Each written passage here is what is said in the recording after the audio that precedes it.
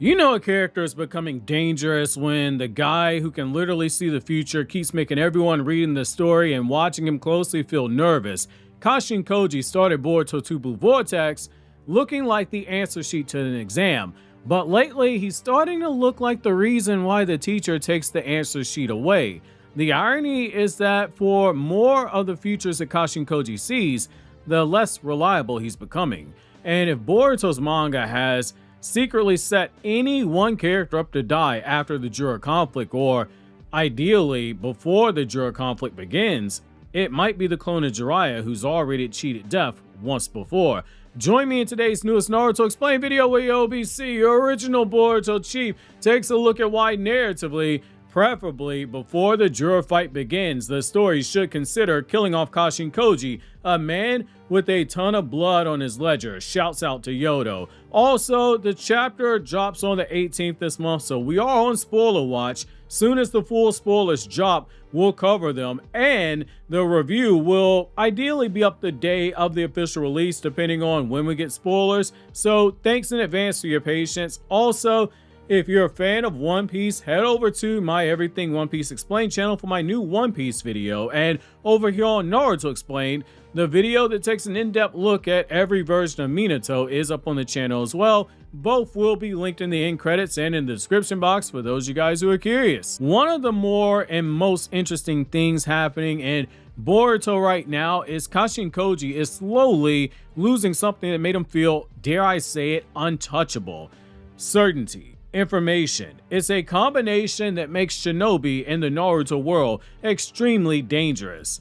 We hear all the time about how Batman with prep time is this unbeatable god, but a powerful shinobi with prep time could pull off the most insane stuff to make Batman blush halfway through his plan. When Kashin Koji started returning in Boruto Two Blue Vortex, he felt almost like a god in my opinion. He knew that Jura was coming. He knew that Boruto needed training. He offered Boruto training using the lessons of Boruto from up to 6 years later in the timeline, offering him the blueprint to learn techniques that Boruto in the future would spend several years trying to create, which, reminder for the people upset about that, it's always harder to make your own jutsu, but it's a lot easier to be taught a jutsu. Hence, Minato took 3 years to create the Rasengan, and Kakashi took time to make the Chidori, and yet Naruto learned the Rasengan in only a few weeks, and Sasuke learned the Chidori after only a few days of training, because Sasuke actually had decent chakra control, and Sasuke had a lot of practical skill. Kashin Koji was special. He knew that the Shinju were a threat, and he advised Boruto, hey fam, on this day at this time, I need you to go destroy that Ten Tails before it gets to that point. He knew which timelines were ending in disaster, and he gave Boruto the roadmap to avoid all those timelines from happening in the main timeline itself, assuming everyone played their positions as planned and that the timeline didn't shift too badly. He knew enough information that readers immediately started viewing him as the smartest person in the room, the roadmap that all of our heroes could follow to get to this happy ending that so many fans want. The promise of Sasuke unsealed, Naruto and Hinata unsealed, Boruto getting his life back and eating his first Thunderburger in years was way too much for us to give up any type of hope. It's like expecting Kiba to not be at a dog park, or Tobirama to not be wearing a white hood outside of the Uchiha compound, telling every pregnant woman who crosses his path that if she names her child Itachi, that child will be a savior who wipes out the entire clan. The problem is that stories become incredibly different to write and difficult to write when one character knows too much. That's the downside. Even a story that Boruto, by Ikimoto's own admittance, has taken a lot of inspiration from The Matrix, even it knew that a character like that was way too dangerous, which is why after the hero got to a certain point, the Oracle, the all-knowing character who could see all these possible timelines like Kashin Koji, because it's all algebra and math or whatever equations you want to use, computers computing, boodly booting. If you get that reference, I love you. Oracle had to be killed off in order to raise the stakes. It isn't to be edgy. You, as a longtime viewer of the channel, you should know my stance by now. If you're new, then you're going to learn my stance. You never kill characters for the sake of just killing characters. Every death should serve a purpose, and Kashin Koji dying, well, it does serve a purpose. Because in a story, as an author, once somebody like Kashin Koji has access to future information, every conflict immediately raises a question.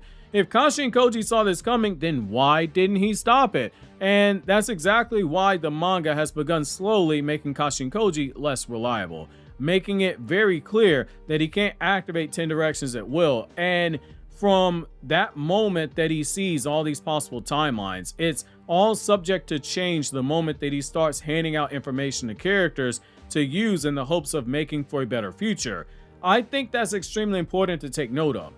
This isn't the story saying, let's make him look stupid as Kid Naruto, who would be opening up a book that has sound effects in it.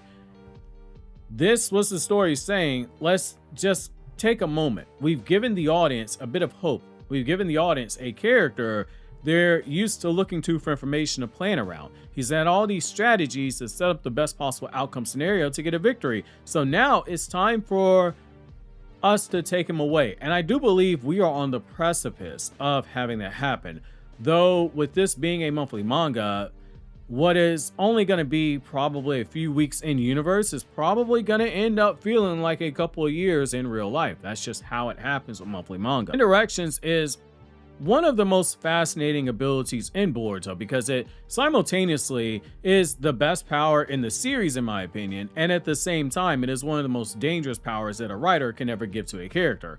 Powers like these can accidentally lower the value proposition for readers consuming the story very quickly if it's handled poorly, but I feel like what we've gotten so far has managed to sidestep this problem rather well. For the characters inside the story, it's incredible. It's an amazing asset if you're on the side of Kashin Koji. Imagine preparing for an exam while already knowing every question that will appear and each of the various ways that the question will be asked. You're damn sure gonna get an A. Imagine playing chess while seeing 10 moves ahead, or if you're against someone like Shikamaru being able to see 1,000 moves ahead, you're gonna be undefeated. Imagine going into a war while knowing where every landmine is buried and every possible counter strategy that they may have to your attacks and what it is you need to do to come out on top. It's like someone telling you that they've got all the Uno cards and then you come back to them and say, hey fam, I have less Uno cards. You knock them out faster than a geriatric old geezer with dementia nodding off mid-conversation. That's what Kashin Koji has been doing. He's been the biggest asset to Konoha so far in this war against the Shinju, and the irony is that most of the village don't even know this guy exists. But from a narrative perspective as a writer, that is a potential nightmare. Because unpredictability is what creates tension. If Kashin Koji always knows the core of what it is that's coming, even if some of the details are off a bit, then the tension begins to disappear. The audience stops wondering what happens next and they start wondering whether Kashin Koji already accounted for it. That's why the recent chapters, especially the tail end of the Mamushi arc, that's why they have been doing something very important. They're proving that 10 directions isn't absolute. The future is changing and it's happening more frequently than even Kashin Koji's been able to account for, which makes every decision Boruto makes that goes against the grain all the more important. It's additional ripples in the flow of time, in the river of time. Who knows when that next ripple may make the monster at the bottom of the river suddenly go from a deep slumber to wanting to eat everything at the surface. The story isn't going with the premise that suddenly Kashin Koji is no longer a prophet. Instead, it's easing us into something else. He's a man trying to interpret possibilities, and that distinction matters because a prophet knows with certainty. A strategist, however, they just guess things. And Kashin Koji is being revealed to have been placed inside that second category for a very long time. Now, this hits a lot harder when you realize the ramifications. The conflict isn't actually Boruto versus Jura. It's becoming Boruto versus Kashin Koji's philosophy. That's the silent Cold War that we have. Because Koji increasingly views people as pieces on the board, not out of cruelty, but instead out of necessity. He's seen way too many timelines. he's watched way too many worlds in. And again, I'll never know how the guy does not have eternal PTSD from seeing so many dystopian futures. Like, looking at what he's seen and retaining all that knowledge is insane, because he's seen millions die repeatedly, potentially trillions, depending on how big you think the Naruto world is and how many visions of the world that he's seen being harvested for a chakra fruit. So naturally, his perspective, it's shifted. When you're in a situation like that in life, it either makes you rise above your worst impulses or you double down on them. Kashin Koji has become even more so of a consequentialist than he ever was in part 1. If one person dies, but 1,000 survive, Koji accepts it. If sacrificing someone creates a better future, Koji says makes you put the dagger in their heart. If letting someone fall saves the timeline, Koji will just knock them over. If Kiba dies choking on a dog biscuit, then Koji accepts it and says, hey, that's just other screen time that can go to somebody who will actually help us save the timeline. But Boruto doesn't. Naruto's entire legacy is built upon the premise of rejecting that time-belt logic. The entire Naruto story is one giant argument against sacrificing people for convenience. Neji was wrong. People will tell you Neji's right, but Neji was wrong, and anybody saying otherwise is also wrong. Pain is wrong. Obito is wrong. Madara is wrong. From a narrative perspective, they're wrong. Fate isn't determined. Cycles are not indefinite loops. Running from reality isn't how you address your problems. Forcing people to fit inside a box that you believe is the best one for everyone, that isn't being a savior, that's being a fool, and that's being a monster. To someone like Kashin Koji, he views things the wrong way, intentionally from a narrative perspective. People to him, they're numbers, they're sacrifices. Once they outlive their value, he gets rid of them like you get rid of old photos on your cell phone to free up storage space.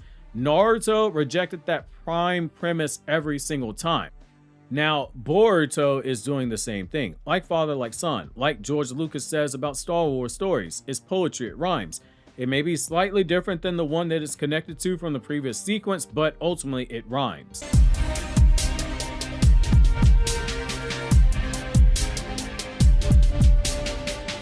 The biggest example of this would be Code. The moment that Boruto let the guy live after he told him every possible outcome, it caused Kashin Koji to get madder than Kawaki when you go to him on Mother's Day and say, give me your favorite childhood memory of your mother. Koji was furious. From his perspective, Boruto made the wrong decision. Code escaped, and because he wasn't killed off, the number of open roads for the story to take, it all closed off. Gone was the one where Boruto would kill Code. Now, the two primary ones were Code captured Sarada, and it results in Boruto dying, or Code doing the unthinkable and joining Boruto, which Kashin Koji said, hey man, that's far from likely.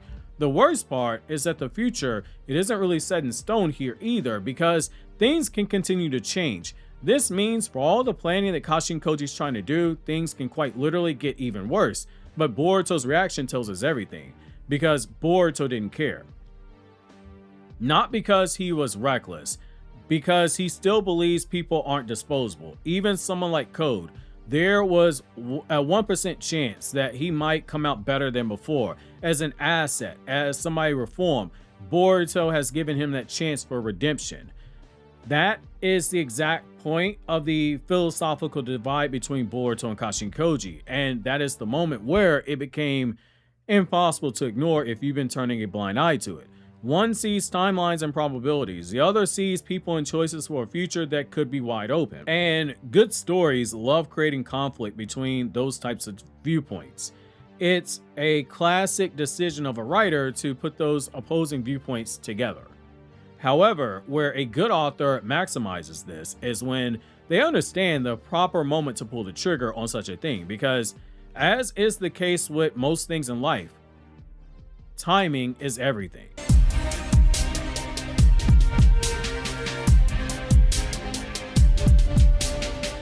People often focus on Kashin Koji being genetically connected to Jiraiya, which I totally get. He is the clone of a beloved character, and since he looks so much like the guy, you're more likely to remember it versus someone like Mitsuki, who is a clone of Orochimaru. But there are still people who will look at you and say, hey, are you sure? Until they stop and remember, oh yeah, he is Orochimaru's clone. But the bigger connection, it is thematic. Jiraiya carried information. He learned truths. He discovered secrets. He had a network of spies throughout the world. Most importantly, Jiraiya wasn't afraid to both pass on whatever he could to the next generation, but also trust in the next generation. It was one of his last actions. For the most part, Koji is doing the exact same thing. Think about it for a second. His entire role right now is all about information. He knows things, he reveals things, he guides people, he provides answers. That is remarkably similar to Jiraiya to a degree. However, there's a really big difference. Kashin Koji possesses far more information than Jiraiya ever did. And because he has more information, he's become a more dramatic inverse of Jiraiya. Whereas Jiraiya trusted the next generation, Kashin Koji tries to manipulate it down to the path that he sees fit, instead of trusting in the next generation to make the next best set of choices, and if they make the wrong choices, still be able to trust that they can and will make the right decision when all things are said and done, which ironically makes him more likely than ever before to die. Ever since we saw 10 Directions, I said he gave me vibes of the Oracle, and 2 years later, I feel more certain than ever before that that's going to be the case. Because once information has been delivered, a character's narrative usefulness, it starts shrinking. And right now, Kashin Koji, while he isn't as small as, say, Ishiki Sukuna Hikona level of shrinking just yet, the time is coming, especially when you factor in the fact that in this story, it cannot exist in a healthy way where Ada and Kashin Koji are around as assets to our heroes. Not for the long term.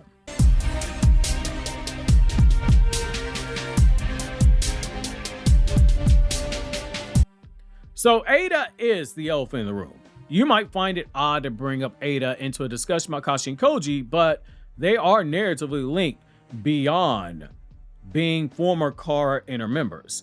Think about it for a moment. Kashin Koji is alone a powerful tool narratively. Koji combined with Ada, that's just unfair. Koji can see possible futures. Ada can see the present. She can see the past. Up to at least the moment of her birth, at least, so that would be 19 years ago. And she also possesses omnipotence. I want you to think about that last one for a second. That is a power so absurd that it literally rewrote reality. And while she can't consciously control it, would any of us really be shocked if one day she does learn to fully control the power? I know I won't be. Think about how much information exists between those two characters. The past, the present, and the future. That's an insane amount of narrative control, especially in a story that is placing so much emphasis on time and fate. Almost too much. Hell, I'll take it a step further. It will be too much if they exist on the same side together for the entirety of this manga. Somebody's gotta go. Because challenges become significantly harder to justify from a narrative perspective. How do villains surprise heroes who have access to that much information? They don't. How do plot twists work? How do betrayals work? How does uncertainty survive? The answer is simple. You remove one of them or introduce characters who can move into blind spots of those powers. Similar to what we saw in Boruto Part 1, where there were flaws in Ada's senrigan being able to see things. That's what you need to do. Between these two, Koji is the easier choice. If you had to kill one of them off, Kashin Koji, that's the one that needs to go.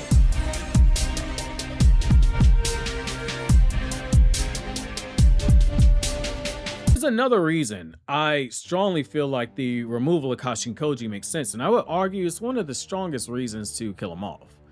Naruto has never been a story about accepting fate. It's always been about overcoming fate. Neji believed that destiny was absolute. Naruto proved otherwise. The child of prophecy could have failed. The cycle of hate between reincarnates could have continued. It didn't. Multiple major turning points in Naruto's story happened because somebody rejected what seemed inevitable. Koji represents the opposite. He's becoming increasingly dependent on future outcomes and trying to manipulate situations to bring about that ideal outcome. Koji is increasingly dependent on probability and predictions. He's that one ex-girlfriend who tries to plan every single detail of the day. At some point, that level of micromanaging goes from, wow, she really wants this to be a special time, to, okay, I gotta find someone else because I can't breathe right now. The story itself is pushing back against that mindset. Every single timeline change is essentially the manga reminding us that fate isn't a prison sentence. You don't have a certain amount of time that passes by and then you say, okay, time to move on. It don't work that way. Fate, at the end of the day, is merely a suggestion. As humans who can choose every single action that we have, that means that we can move towards a different outcome. Like, statistically speaking, I should not even be making YouTube videos right now. I should be dead or in jail, statistically speaking, because I grew up in a household with a mom in the 90s that was trying to feed 4 people on a teller salary. I should be in a similar situation when you run the numbers.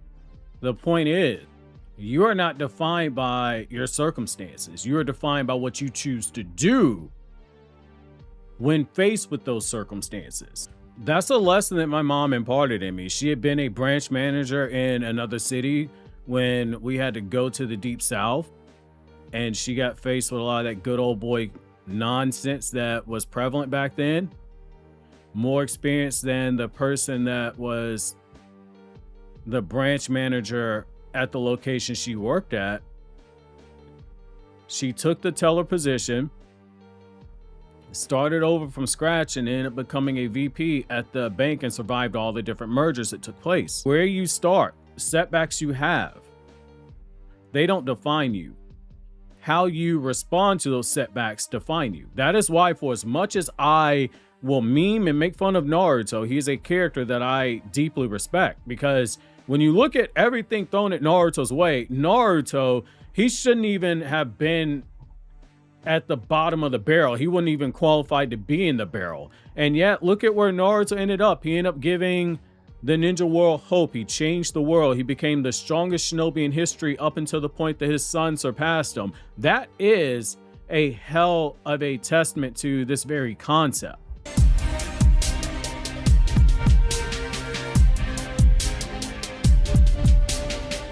Boruto knows that. Even if it isn't something that he's doing consciously that's driving his decisions that he's making, but Kashin Koji should be forced to learn that when all the timeline watching gets him a Bijudama bullet shot in his neck mid-sentence when he's trying to debate Boruto on ethics of letting Kashin Koji allow Choji to die because it works better for the timeline, or Chocho gets a power-up. Now, this might sound a little strange to you, but Kashin Koji dying could actually make Boruto a better story. Not because Koji's a bad character, far from it. He's one of the best characters introduced in the sequel era, in my opinion. He's so morally gray that you can't help but appreciate him and at the same time despise him. He's a lot like Kawaki. He does these reprehensible things, but he moves the plot forward at certain points. Whether you like the character or not, you got to give him his props in that regard. The problem is that his presence naturally reduces uncertainty. Once he's gone, everything becomes dangerous again. Nobody knows the future. Nobody knows the next move. Nobody knows which timeline survives, which decision you need to make. Instead, you got to go with your gut. You got to operate off of faith. For writers, that is gold, because unpredictability creates investment. Investment creates a tighter wound story to get your readers completely hooked into it. If Kashin Koji dies, the fitting outcome, in my opinion, it isn't a heroic battle. I don't need him dying like a hero, because he's not a hero. He's somebody that's morally gray that has a lot of good intentions, but I do need him dogged out, and I need him being forced to trust the next generation. That's the lesson I feel like he has to learn. It needs to be a brutal death. Just like Jiraiya got completely dogged out by the 6 paths of pain, and there wasn't a body left to bury or burn the bones of. If Kabuto wanted Jiraiya's DNA, he would have had better luck trying to get a ride from a suspect taxi driver right into purgatory, then go to hell so he could rescue the soul of Jiraiya. If you get that reference, I love you. And if you don't, say the word idiots 10 times fast and then look up what that means. Jiraiya died believing that Naruto would figure it out. Koji could die being forced to understand that Boruto will figure it out. Not because Boruto sees every future, because he doesn't. That's the entire point. Boruto represents choice. Koji represents uncertainty and the lesson that you can't control every outcome no matter how hard you try. And the story is slowly demonstrating that certainty is an illusion. The future changes, people change, timelines change, destiny changes. The more Koji learns, the more he discovers he can't control everything. And that's exactly why I believe that the manga is quietly preparing him for an exit. Because the clone of Jiraiya may have already fulfilled his purpose. He saved Boruto, he helped change the timeline, he delivered the information, he became a catalyst. All that's left now is the final lesson that Jiraiya taught us as readers 2 decades ago. Sometimes the next generation doesn't need all the answers. Sometimes they just need somebody willing to believe that they'll find them on their own. Obviously, if you enjoyed this video, consider subscribing, clicking on the left, check out more videos from Naruto Explained like that Minato video, or clicking on the right to check out that video from my Everything One Piece Explained channel that I was talking about earlier.